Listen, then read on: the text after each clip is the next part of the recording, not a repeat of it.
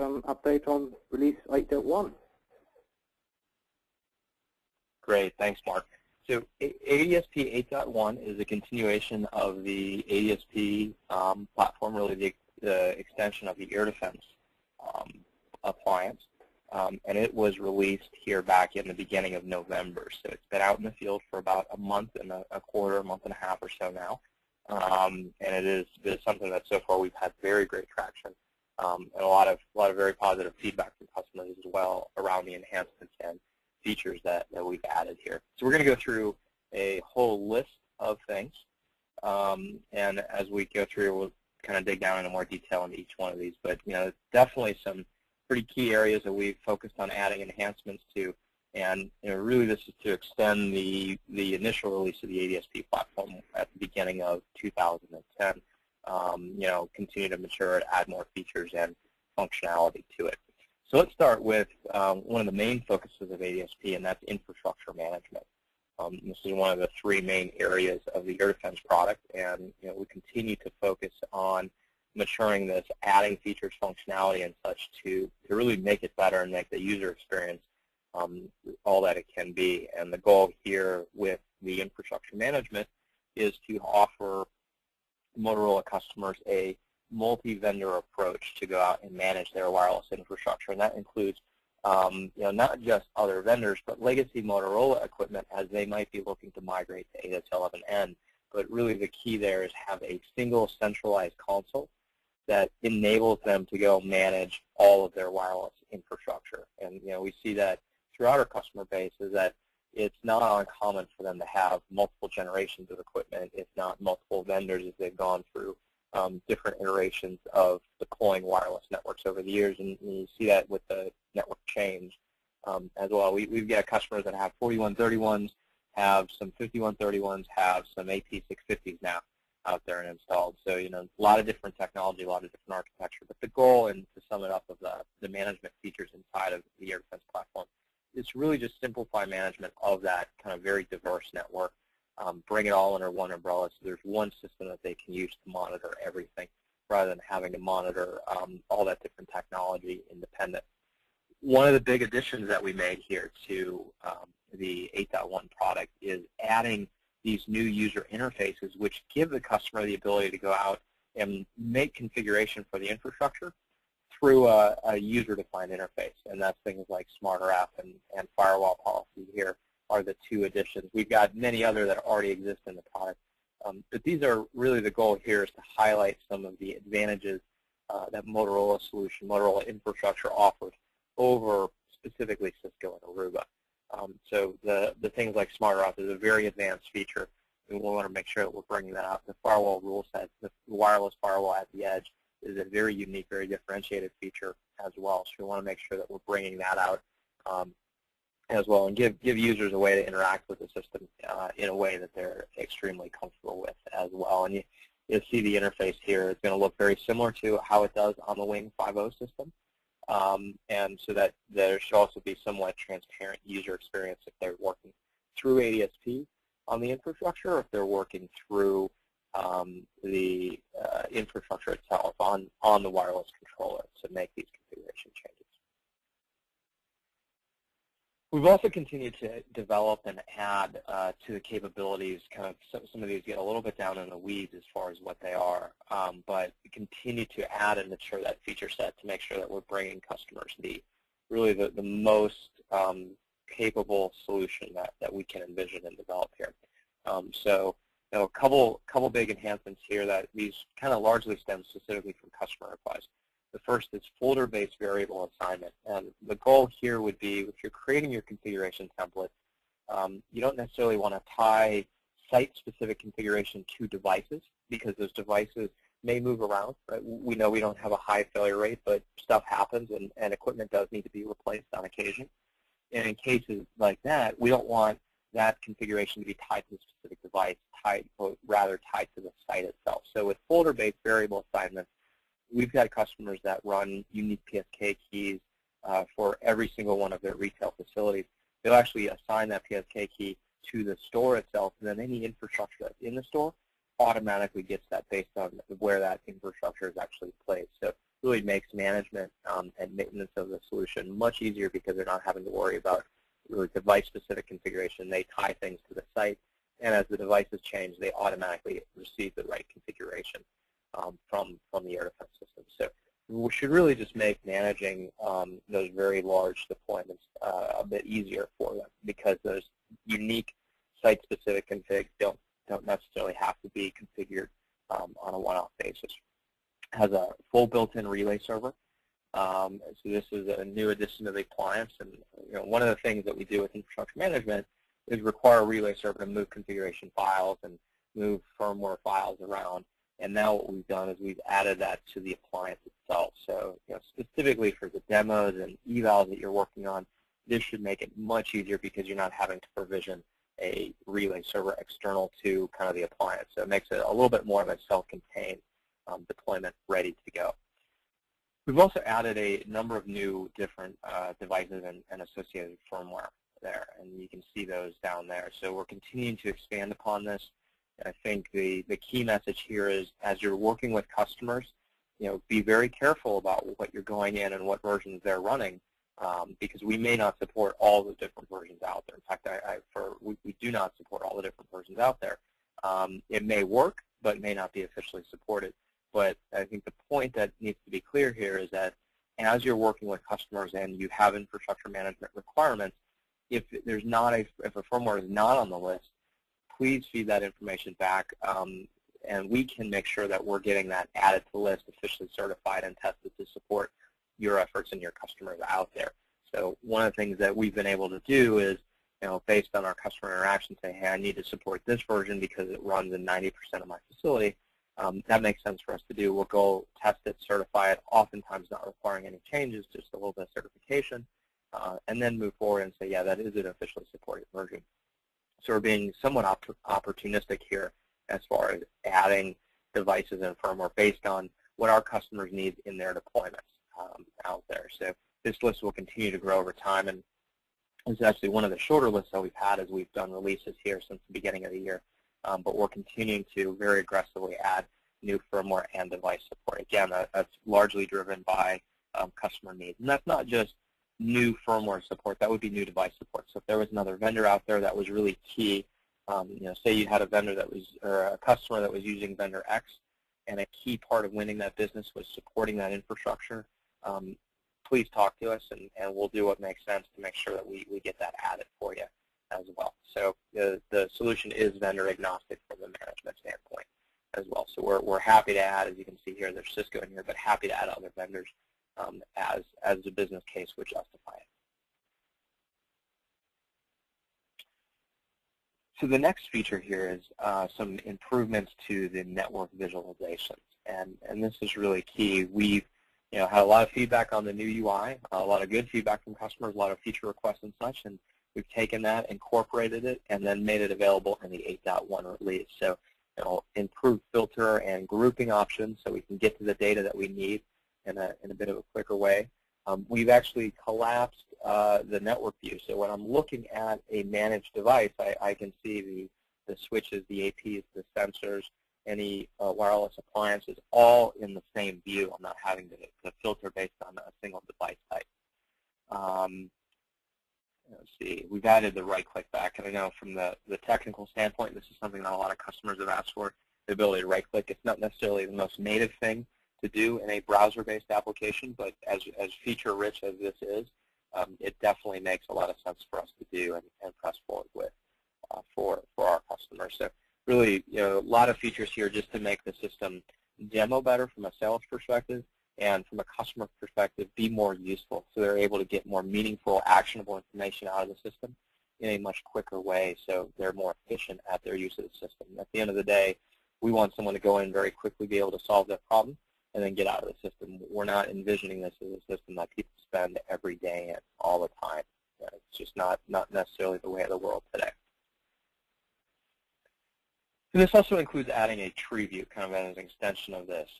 We had this in an old version of the product, and it was kind of requested on a couple different fronts, but adding the ability to visualize all the different relationships between either a management standpoint or a SEN standpoint. So from both perspectives, if I have just sensors or just management, I have very unique ways to go see how all these devices are related to each other based on their connection or physical location that they're located in, and show it in a very, very easy to view tree hierarchy-based way. So moving on, one of the new features we've added from a security standpoint is the ability to go out and do wired network monitoring. So, put a little bit of context in this. Think about this as detecting non-wireless rogue devices on the network. So if you think about a traditional customer environment, we focus a lot on retail. They have a lot of times very static environments. The devices that are in the environment change very rarely, if ever, right, depending on the type of environment that it is. Some are obviously more dynamic than others. And they have this problem they want to solve. They want to make sure that no one is putting anything on the network, whether it's wireless or a wired device. And obviously, the AirDefense solution focuses on the wireless device to make sure that rogue APs aren't introduced and inadvertently allowing access external. But at the same time, you do face risks from others bringing devices in and physically plugging them in, whether it's someone that has a laptop or has plugged in some other sort of SOHO-grade gear to the network. We want to make sure that from a customer standpoint, they're going out and fully protected, fully secured from any device that might get plugged into the network.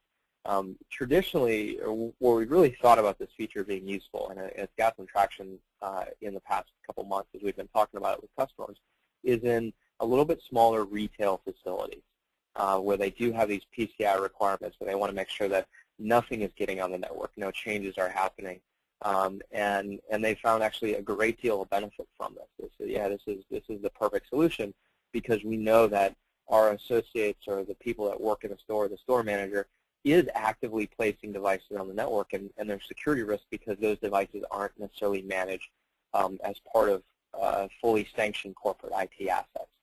So the goal here, from our perspective, is to be able to add additional value for a customer from a security solution without adding additional cost. And in general, this is kind of one of the visions that we're going with the product, to make sure that as the deployments change and the security requirements change, that we're able to address as many of those as we can with this single solution. So we're not necessarily as much of a point solution, but more of a broad security answer to a lot of the different challenges that they have. And really, we're very uniquely positioned to be able to do something like this.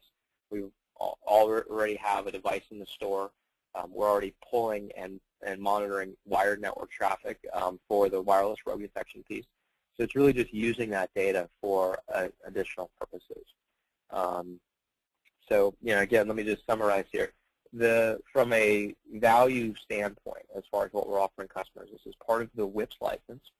It is no additional cost or functionality, or really even that much setup to enable this functionality, but it's just adding additional value to that customer deployment without requiring them to, buy another product or do something else to try to solve some of these problems. So, our goal is to make sure with this that we're detecting any new device that comes into the wired network, not just new wireless devices that may be out there.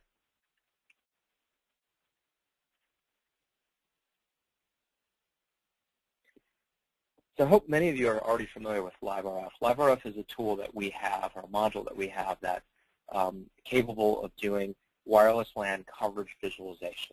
And the initial release of LiveRF and the 8.0 product offered customers the ability to visualize what the coverage was in real time. And what it did was it pulled current information from the infrastructure, from the wireless sensors that were placed out there, and provided a very accurate, very real picture of what was going on in the environment. And because it was pulling all that live data, it was aware of interference sources, it was aware of any utilization problems that might be going on, it was aware of APs that might have gone down, or devices that may not have been seen at the proper signal strength, and could make all the necessary adjustments to give you a very accurate visualization of what's going on.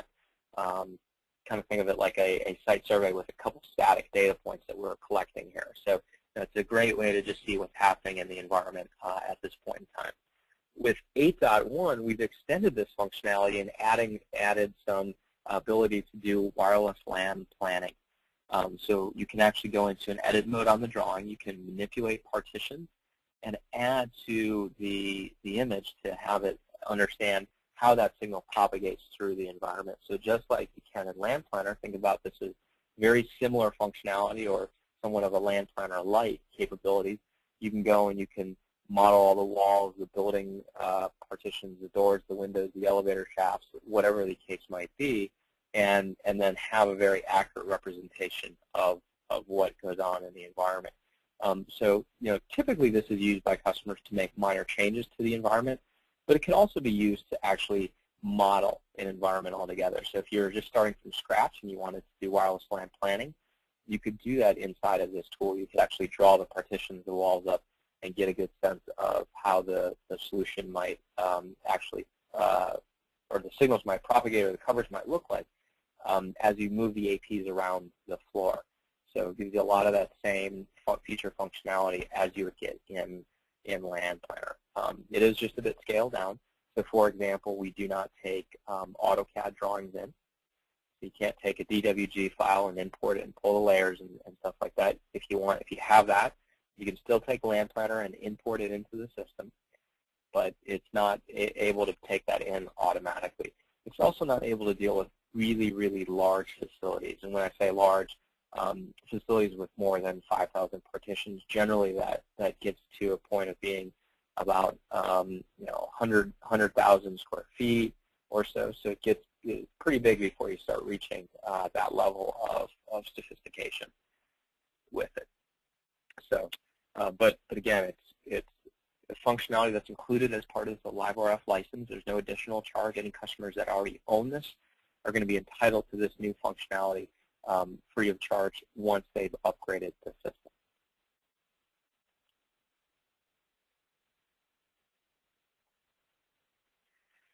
So this is more from a sales standpoint necessarily than something that's going to directly impact customers.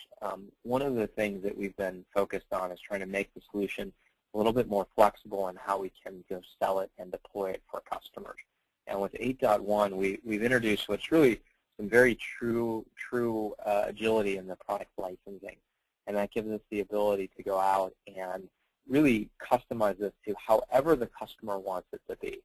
And we'll go through some examples here in a minute, but basically the license model gets a little bit more simplified.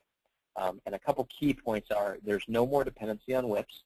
So with the previous system, you really had to have a WIPs license before you can unlock any of the other features that required sensors to be out there in the environment. And that was something that was somewhat limited for a lot of customers. We've also added the ability for licenses to be applied in any sort of combination, right? So there used to be a lot of confusion with kind of the all or nothing licensing and fixed licensing and such. And now with the 8.1 solution, really all the licenses are exactly the same. So they get applied exactly the same. They have the same rules that apply to them. So it's not, I don't know how many of you are familiar with it, but it used to be, for example, that advanced forensics required every sensor to have a license or the feature didn't work at all. With the new model, it's really just assignment-based. You can say, I want advanced forensics to work at this site, or I want advanced forensics to work at these 10 sites, but maybe there's 100 sites on the system. So you have a lot more flexibility in how those features can get unlocked, and obviously that translates to a lot more flexibility in how you're building and quoting systems for customers. And the goal here is to make sure that we're able to offer them a solution at a price point that's compelling and giving them the value that they want without really requiring a tremendous amount of additional features and functionality that they may not need or want. So let's take a quick look at the licensing model here. So in the new system, and again, every license is the same now. The licenses really consist of 3 different components on a per module basis. So there's the count, which would be the total number of licenses for the module that the customers purchase. There's the license assignment, which is the mapping of that license to a specific sensor or access point. By default, the product's going to operate the exact same way it always has and do some automatic license assignment. but you can go in there and make changes if that's required. And then there's the license reassignment account. So that's the number of times that customers can move licenses around. You know, one of the big things that people have asked for is, hey, I want to be able to have this license and move it around between devices. Well, you know, from our standpoint, we want to enable that to some extent. We don't want to enable that where a customer might only buy one or two of a specific license and just keep moving them around as they need them. Oftentimes, the value in our modules come in what they can do in the background automatically to help customers proactively detect threats or network performance problems. So, but we do want to give them some flexibility out there, but at the same time have a mechanism which allows us to sell according to the value that we're able to offer for the customer. So it's not unlocked where they can move it around as much as they want, but we do have a lot of flexibility in how we're able to give them some capabilities to move licenses around for cases of RMAs or situations where they really do just want to do a wholesale move of certain licenses to other devices.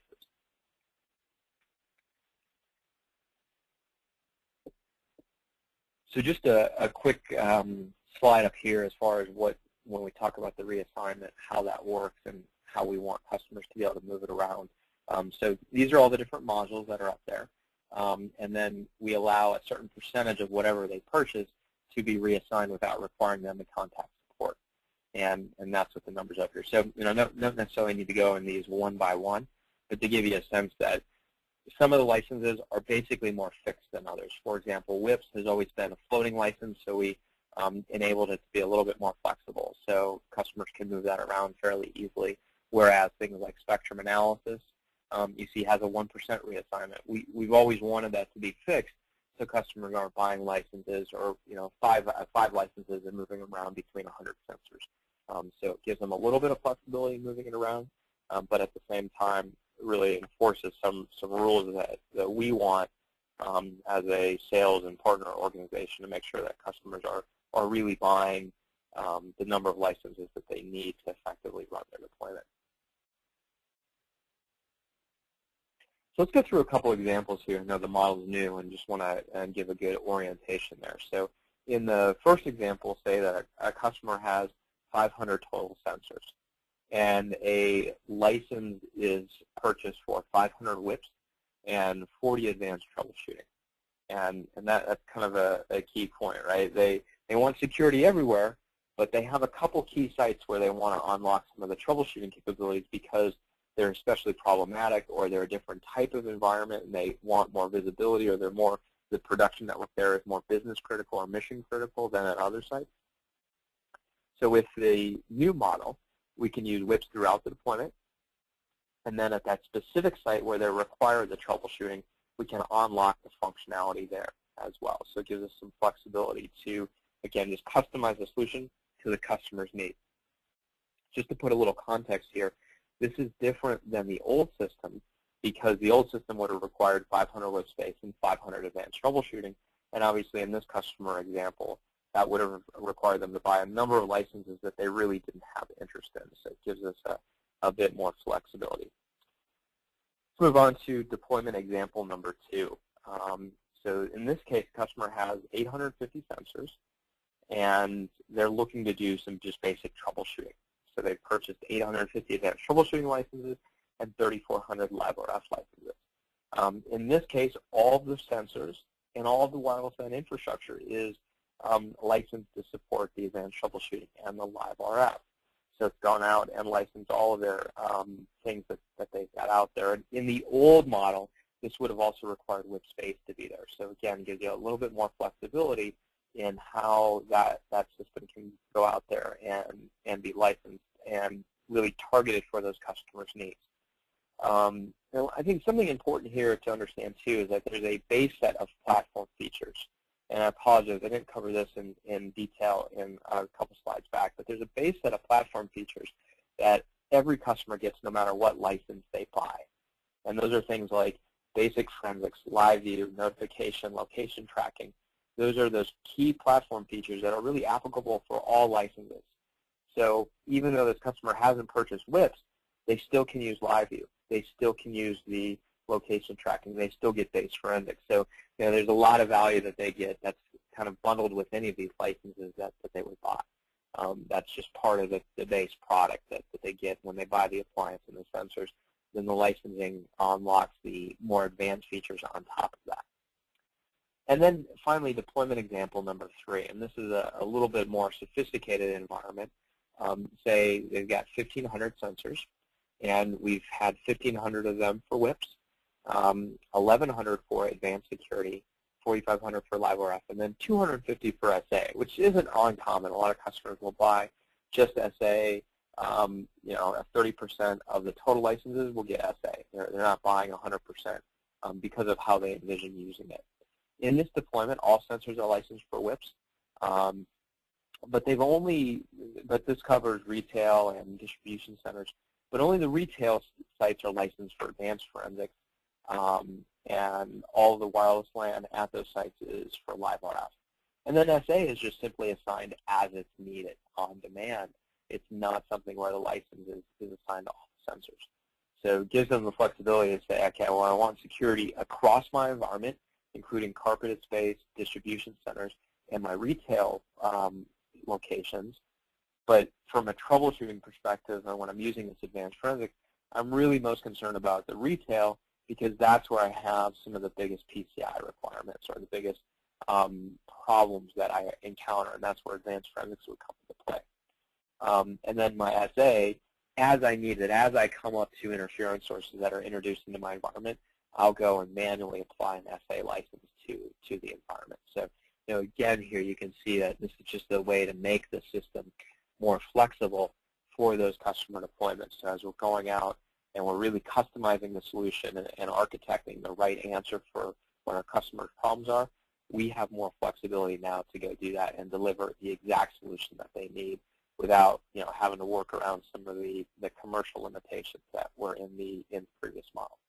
So this is all available in 8.1, so you can go in Solution Builder or the Partner Portal today and start configuring deployments like this for your customers without some of the previous requirements that we might have.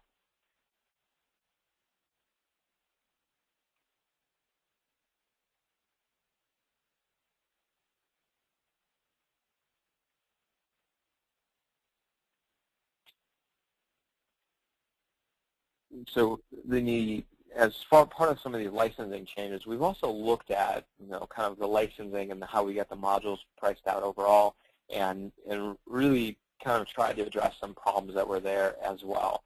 So no new features or functionality, just some new SKUs that were introduced that again should help your effort of making it a bit more flexible for your customer deployment.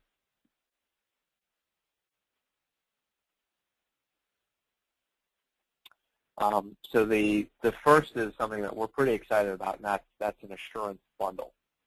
So every assurance bundle that you get when you buy this SKU includes one license for connection troubleshooting, one license for AP test, one license for advanced forensics, one spectrum analysis license, and then 5 device licenses, which include wireless LAN infrastructure, APs, as well as sensors for LiveRF. So this one license bundle basically includes all the different troubleshooting features and functionality at a 33% discount off of list if you were to purchase the individual modules. So by buying the bundle, we're incentivizing customers to save money because they're buying at they're obviously buying a larger quantity of licenses, and we're already building some discounts in for that. So we've kind of included everything together in kind of one shot to get customers all of the different troubleshooting functionality that we want. And oftentimes as we're working with customers, they really see value in this troubleshooting solution rather than any of the point modules in there. And this gives us flexibility in how we're able to bundle and offer that to customers.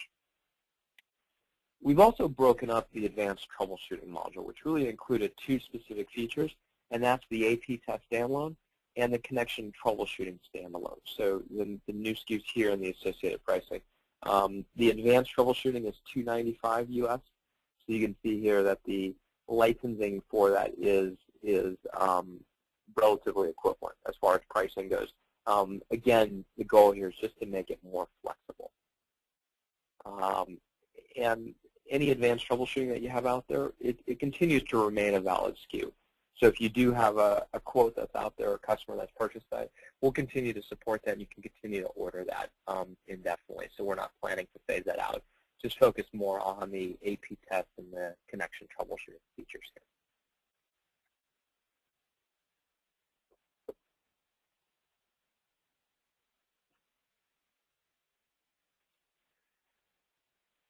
One of the big things that we've done, and I know this isn't necessarily specific to the market that you play in right now, and that's add internationalization support. We've really focused on Asia-Pac for the time being to add Korean, Japanese, and Chinese languages as part of the product. But we built the product and architected it in a way where other languages could be added. So some of this is going to be as the business case justifies, excuse me, as the business case justifies, but adding other languages that will make the product localized for your markets that you serve is very feasible now. It's really just a matter of getting the product translated to address the markets that you would be selling into. So it is kind of the next step, evolving the features functionality around the product and how we can make it specific to all of our customer markets that are out there.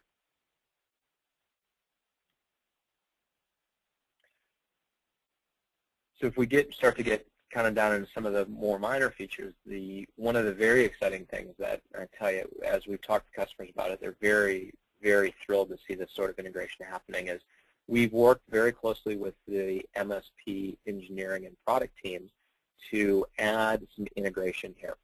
And really what we're talking about doing is adding some linkage between these two products to share data between them. And if we think about what MSP does, MSP knows about the devices from the inside. So MSP can tell you the firmware version, the model number, the last time it was pushed in, a configuration update, some information about the battery, all that stuff. But it knows about that because the device told it. And it doesn't really have a view of the device outside of what the device tells it. So the device has to check in, has to push those updates out, and this happens on a recurring basis. But MSP may not know about the device in real time. If you think about it from the AirDefense perspective, AirDefense knows about the device from the outside. AirDefense knows exactly what the device is doing, what its signal strength is, what AP it's associated with, how much data it's currently passing, where it's been historically, physically by doing location tracking, things like that. And both of these data is extremely powerful. But if you think about it, if we could have a view that would bring this data together, it's going to make troubleshooting and it's going to make your visibility into the network much, much better. You have a much more holistic view into the environment if you can see the environment from both the outside and the inside. And that's really what we've done here, is we've linked these products together in a way that gives you that visibility. So whether you're using MSP or you're using ADSP, and you go into any one of the products, you're going to have the respective data from the other side available at your fingertips. So when I'm going through and I'm doing my troubleshooting and I'm doing my analysis, I'm going to have everything that I need available to me that I can use to move forward. So, for example, the ADSP, it will now show me the device model, the operating system, its name, its device ID, things about firmware and such. So it's going to give me a lot of really good information about the device. And if you think about it from a wireless standpoint, if I'm in AirDefense and I'm troubleshooting a client that can't connect, and I know it's some sort of mobile device like a 5040, that's going to make my troubleshooting process much more efficient because I have much better data associated with that device. And if you turn it around with the MSP, if I can look at MSP and I can see it's currently online, it's currently connected, and it's currently passing traffic, which I never could do before without this integration, I have a much better idea of what's actually happening with that device. So, the whole goal here with adding these two things together is to make troubleshooting much simpler and give customers more visibility into their Motorola deployment. This would be one of those Motorola on Motorola advantages. So if the customer has both, they work together and they simplify their running of the wireless network and the devices that are put out there to enable wireless applications. From a WIP standpoint, we get some other features here as well. We get some automated tuning. So we automatically will pull in all the devices that MSP knows about and mark those as trusted resources on the AirDefense system. So that's kind of a net win there. That's one less thing the administrator has to do. And they know that those are good devices because they're managed by MSP, which means they've been pushed the right configuration, they're running the right firmware and such, and they've got all the right data on them that they need. We also can use this to maintain single configuration. So it allows us to synchronize trees and relay servers between systems. So if I bring AirDefense into a deployment where MSP has already been deployed and used for a long time, it's really just a matter of pointing to the MSP box and pulling all that data in. It does a lot of that configuration and setup of the AirDefense system for me. So it's really reducing the administrative overhead I have to put in to stand one of these systems up, and then as I make changes, those changes would automatically get replicated between the two systems.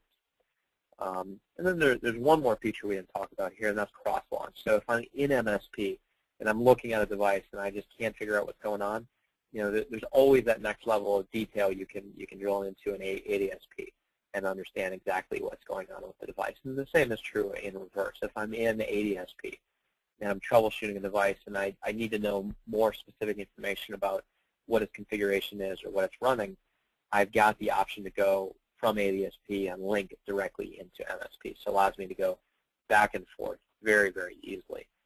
So like I said, this is something we've been talking to customers about, and we've had really, really positive feedback on it from them. A lot of our customers are very excited. They want to see this up and running immediately. So, I do think this is something that is going to be important. It's just part of the platform, so there's no real license or anything associated with this on ADSP or MSP. If you have both systems, it's just going to be very simple to integrate, and you're going to start to have customers recognize a tremendous amount of value out of that integration once they get it set up.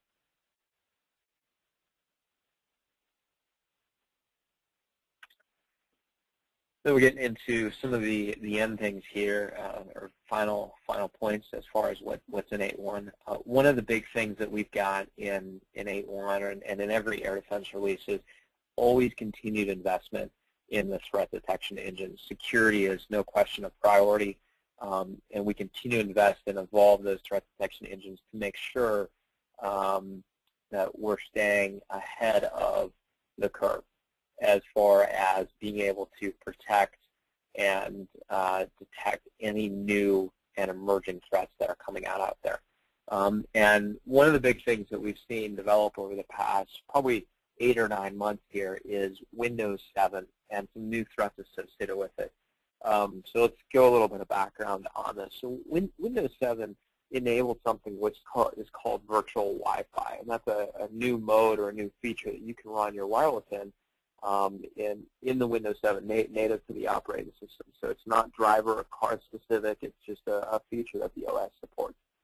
And what this really means in context of Windows 7 is the solution or the laptop can be associated with an access point and at the exact same time emulate an access point in itself.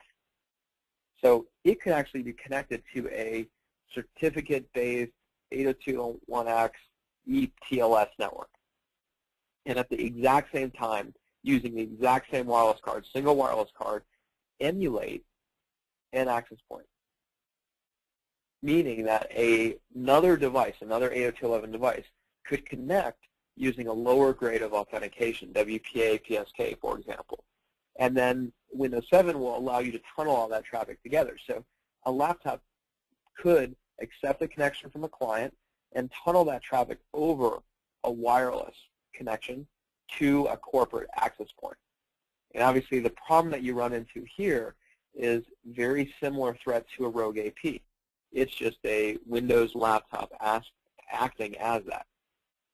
So it's able to offer services for those clients and get onto the network and such. So pretty pretty significant problem that a lot of our corporate customers are already seeing because they're not aware of this new functionality.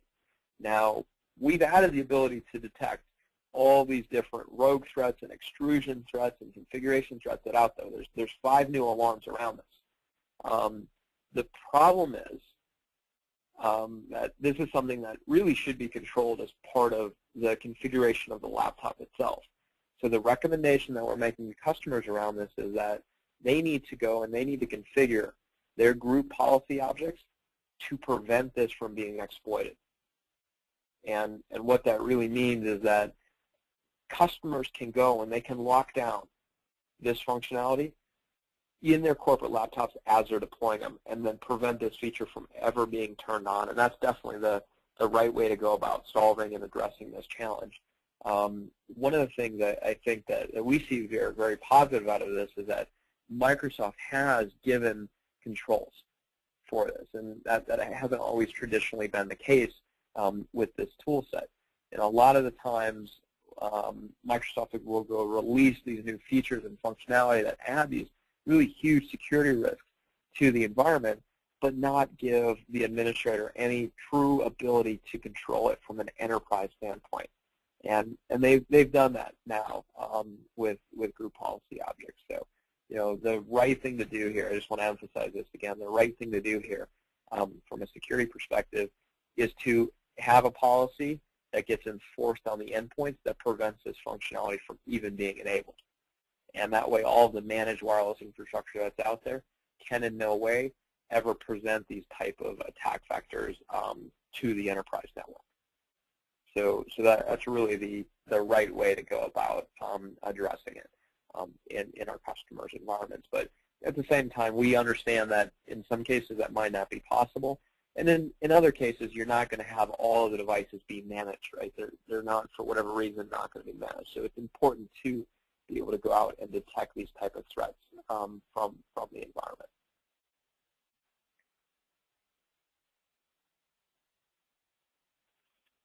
There's a couple new additions that we've made here. For example, the unsanctioned BSS using RSSI. This is a threshold that we've added and an advanced setting to the alarm.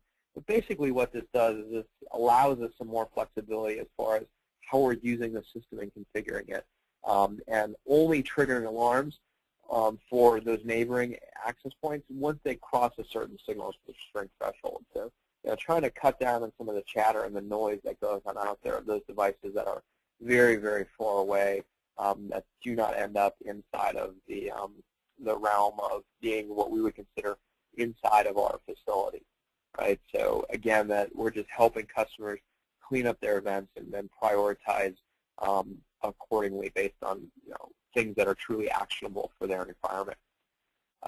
In the Action Manager, this is a way that we can have automated response to events that happen.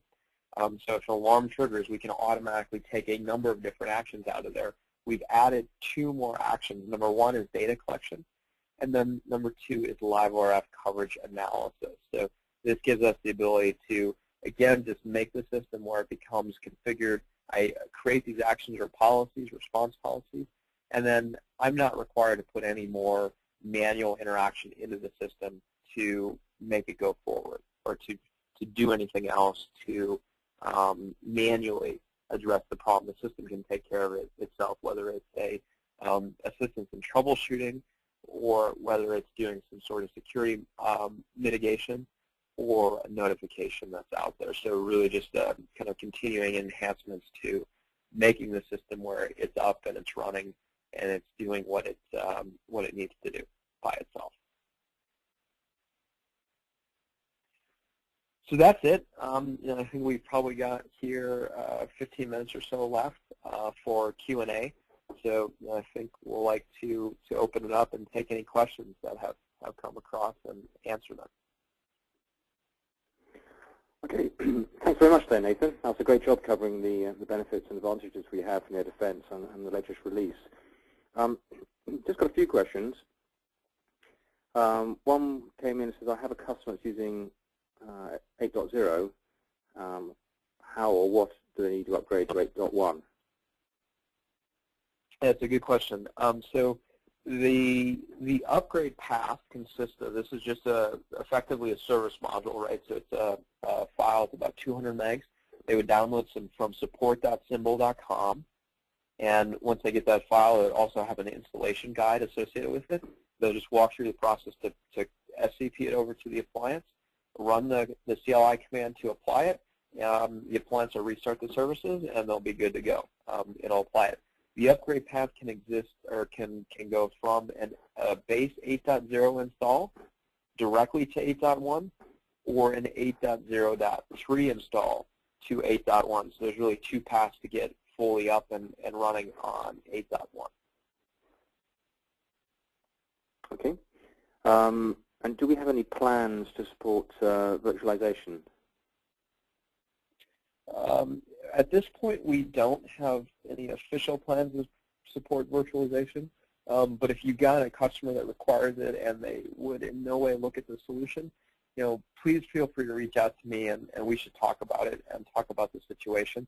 We understand that there's data centers out there right now that do not allow any like non-virtualized hardware to go in them. So we do want to work with those solutions and see if we can have an answer for it. Most of the time when we get down to being an appliance and kind of talk about some of the optimizations that we've got in there, we're able to work through some of those challenges. But I think it would be naive to say that in the future that we wouldn't have a virtualized solution, just based on the way the market is going around, the cloud-enabled world of virtualized solutions and software out there. So no immediate plans, but it's probably a much different story in 12 to 18 months from now. Okay. Last question I have is talking about location tracking, how accurate is the location tracking feature? Location tracking, when you do that with Wi-Fi, is just never going to be that good. If you're just using Wi-Fi alone, kind of with standard density of access points and sensors. In a lot of customer environments, we can get within 10 meters. But, that could be, in some cases, that could be down to 2 meters. In other cases, it could be all the way up to 10 meters. So the range of accuracy there does vary quite a bit. The one thing to note about the AirDefense location tracking is that it can work with or without sensors. So if you just had access points, location tracking is possible. But it does require at least 3 devices to see and report data for the given device that you're wanting to track. Or 3 access points have to see that rogue access point that you're wanting to track, or that wireless client that you're wanting to track, and actually have to report that data back up to the appliance. And oftentimes that's pretty hard for that infrastructure to do. The wireless infrastructure doesn't do a great job of collecting and reporting that data, whether it's Motorola or any other vendor out there. Okay, thanks for that. Well, many thanks for attending. So we will get copies of the material and also the recording and send those out so you can forward on to your colleagues. So on that, I wish everyone a festive time at this time of the year, and best wishes for 2011. Thank you.